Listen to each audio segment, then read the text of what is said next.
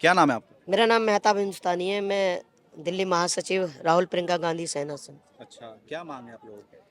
देखिए, जैसा कि हमें नज़र आ रहा था और बहुत कुछ लग रहा था, हम सुबह से जश्न मना रहे थे, जी। खुशी का माहौल था।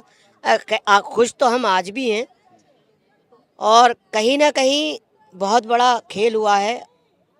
खाली दाल में काला नहीं, पूरी दाल काली नज़र आ रही है मुझे, क्योंकि 4 दिन पहले जैसे मीडिया और पूरे जितने भी चैनल आप देखिएगा सर्वे दिखा रहे थे, चाहे वो प्राइवेट चैनल हो, चाहे वो ANI हो, या हमारे देश की मीडिया हो, IB अफसर, IPS IAS सब कह रहे थे कि अब इस बार बहुत बड़ा बदलाव होने जा रहा है, 5 स्टेट में कांग्रेस जीतने जा रही है।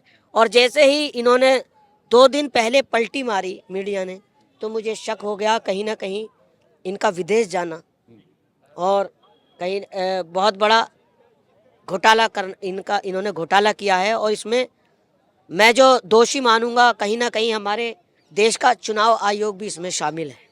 लेकिन आप ऐसे कैसे बोल सकते हैं कि चुनाव आयोग शामिल है और इस तरीके का घोटाला हुआ है, धोखाधड़ी हो रही है? कुछ तो तथ्य होने चाहिए आपके पास, क्योंकि आप ये कह रहे हैं कि सुबह से आप लोग खुशी मना रहे थे क्योंकि जो रुझान थे वो कांग्रेस के पक्ष में जा रहे थे। लेकिन जैसे ही रुझान बदले, क्योंकि पूरे दिन का वक्त रहता है, तो पूरे दिन में रुझान ऊपर नीचे होते रहेंगे, तो फिर आप अचानक से विरोध में आ जाते हैं। जैसे ही आप देखते हैं कि आपका रुझान कम हो रहा है कांग्रेस का, तो फिर विरोध में आ जाते हैं बिना किसी तथ्य के। देखिए, मैं इस वजह से कह रहा हूँ चुनाव आयोग को पर मैं जो निशाना साध रहा हूँ, क्योंकि हमारी जो रैलियाँ हुई हैं, हमारे नेताओं ने जो भाषण दिए हैं, उन पर इन्होंने मतलब प्रतिबंध लगाए, और इनके जो भारतीय जनता पार्टी के नेता क्या क्या मंच से बोल रहे थे, उनको समय दिया इन्होंने चुनाव प्रचार का, और हमारे नेताओं को रोका गया।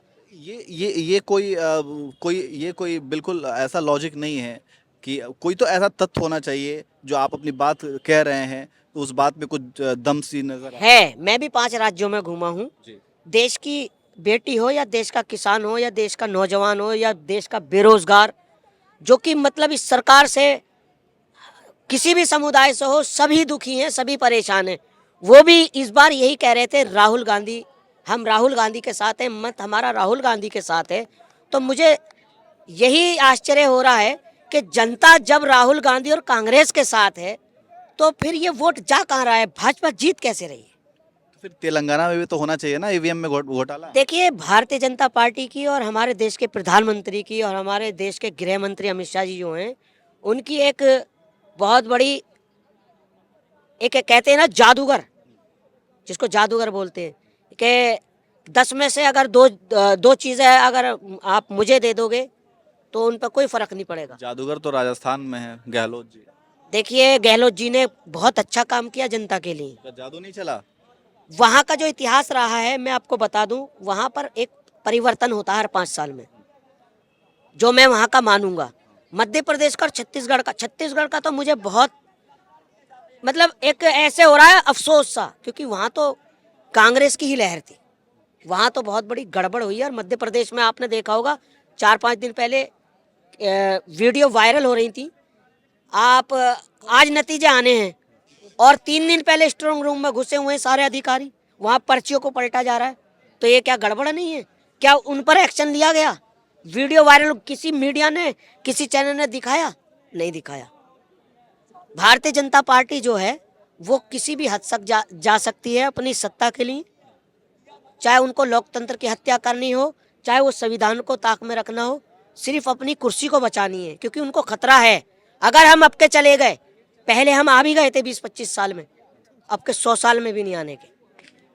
मतलब आप लोगों ने पहले से हार मान ली है कि 100 साल में भी आप लोग नहीं आएंगे सत्ता में? हम नहीं, ये भारतीय जनता पार्टी का कहना है, क्योंकि वो अगर देश के जवानों को शहीद करा सकती है, दंगे करा सकती है, तो मुझे तो डर ये है 2024 से पहले पहले भगवान ईश्वर अल्लाह गुरु नानक ऐसा ना करे कि हमारे देश को बहुत बड़ा नुकसान उठाना पड़े 2024 से पहले पहले। क्योंकि ना ही अब भगत सिंह आने वाले, ना ही चंद्रशेखर आजाद, ना ही गांधी जी। अब भगत सिंह, चंद्रशेखर, गांधी, इस देश के युवा को ही बनना पड़ेगा। अगर ऐसा ही रहा, लोकतंत्र की हत्या होती रही, तो सिर्फ एक ही इलाज है इसका, अगर कोर्ट से नहीं, वोट से नहीं, तो चोट से। अगर हमारा कोई हक नहीं दे सकता, तो हम अपना हक छीन भी सकते हैं। आपकी मांग क्या है? मेरी मांग ये है कि मैं हाथ जोड़कर ये विनती करता हूं आपके चैनल के माध्यम से, जो हमारे वरिष्ठ सुप्रीम कोर्ट के जज हैं, चीफ जस्टिस चंद्रचूड़ डीवीआई, मैं उनसे मैं यही विनती करूंगा कि अगर आपको लोकतंत्र बचाना है और इस देश को बचाना है, बाबा साहब का संविधान बचाना है और बेटी को बचाना है, देश के युवा को बचाना है, तो ईवीएम पर आपको बैन लगाना होगा। आप जाते जाते ये जरूर कर जाइए, वरना देश बहुत बड़े खतरे में है। अंग्रेजों ने भी ऐसा नहीं किया जैसा ये करने जा रहे हैं।